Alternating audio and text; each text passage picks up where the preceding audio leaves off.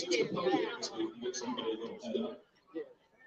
and gentlemen, it's a pleasure to introduce our first speakers. Come on up, Michael Paul. Michael Paul went to school with Ronnie and has been here every single year, so I think it's appropriate that we allow him to share a few words. Thanks, Michael Paul. Thank you. Thank you. Good morning. Good morning. Hey, everybody. Welcome to Ronnie's Run. Thank you for coming out. Gene, thank you for having us. So real quick, anybody here done the whole 9 races? Okay. Okay, I see some hands. So Ronnie was my friend, and I met him in 9th grade. And just a quick story about Ronnie. I'll keep this short and sweet. Ronnie had the most unbelievable audio system I had ever seen in my life, a car stereo. And I'm a music guy, so that's where Ronnie and I connected right away. And one thing I can say about Ronnie, I don't ever remember seeing him without a smile on his face. He was just a genuinely good person. He got me my very first job at Billy Stone Crab in Terra Verde, Florida. So, you know, it hurts my heart that we're all here because we lost him, but at the same time, it's a beautiful thing that everyone's here together, showing up for Ronnie, showing up for each other. So thank you all for coming out. And a little bit about me, I'm no stranger to drugs. I lost nearly a decade of my life behind bars as a result of drugs. So, you know, fitness was my lifeline. Fitness saved my life, and it gave me a second chance at life.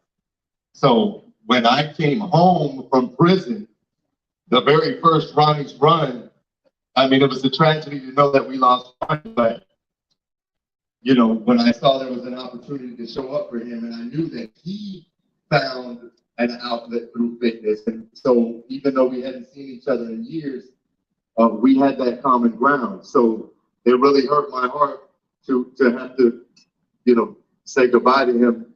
But this race, year after year, has been an outlet for me and an outlet for a lot of other people.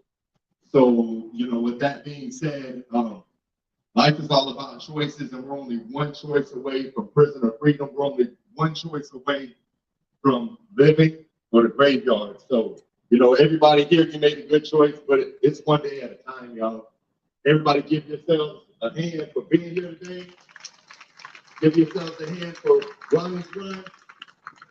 Thank y'all for being here. Let's run for Ronnie, y'all. Thank you. Michael Paul, thank you so much. We have another friend, Ian Steele, is also going to come over and say a few words. Ian and Ronnie were friends through school and after school, so welcome to Ian Steele. Thank you, Ian.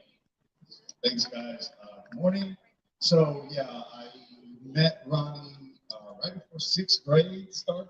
I can remember that far back, but I remember Ronnie. He made a super big impact at our school, Bay Point, and instantly became part of the gang. And him and I stayed as close as you can be. From high school, he lived with me and my parents for a while during high school.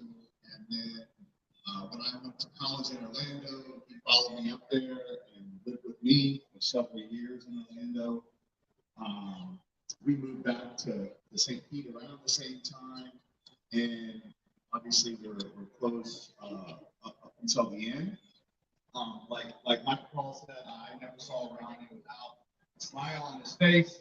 I mean, he was one of the funniest guys that I knew. He was super, super smart.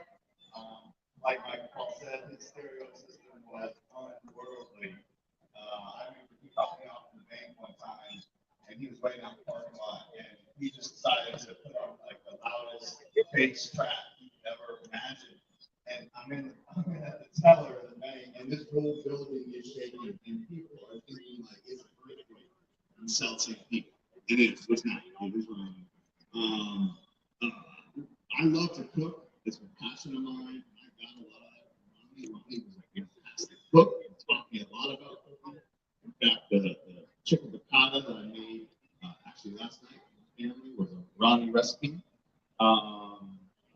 Ronnie loved hot sauce. He loves like sneaking in the hottest hot sauce on things you would be eating without telling you. And it was like one of those ones that you take one drop and you're like dying. And he would do that to me all the time, just crack up. Love it. He was a trip, man. I think about it all the time.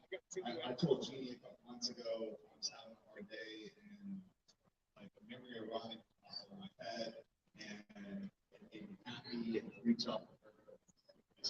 So, for those of you who knew Ronnie, let's run again today. For those who don't or didn't, but have been affected by substance abuse in some way, shape, or form.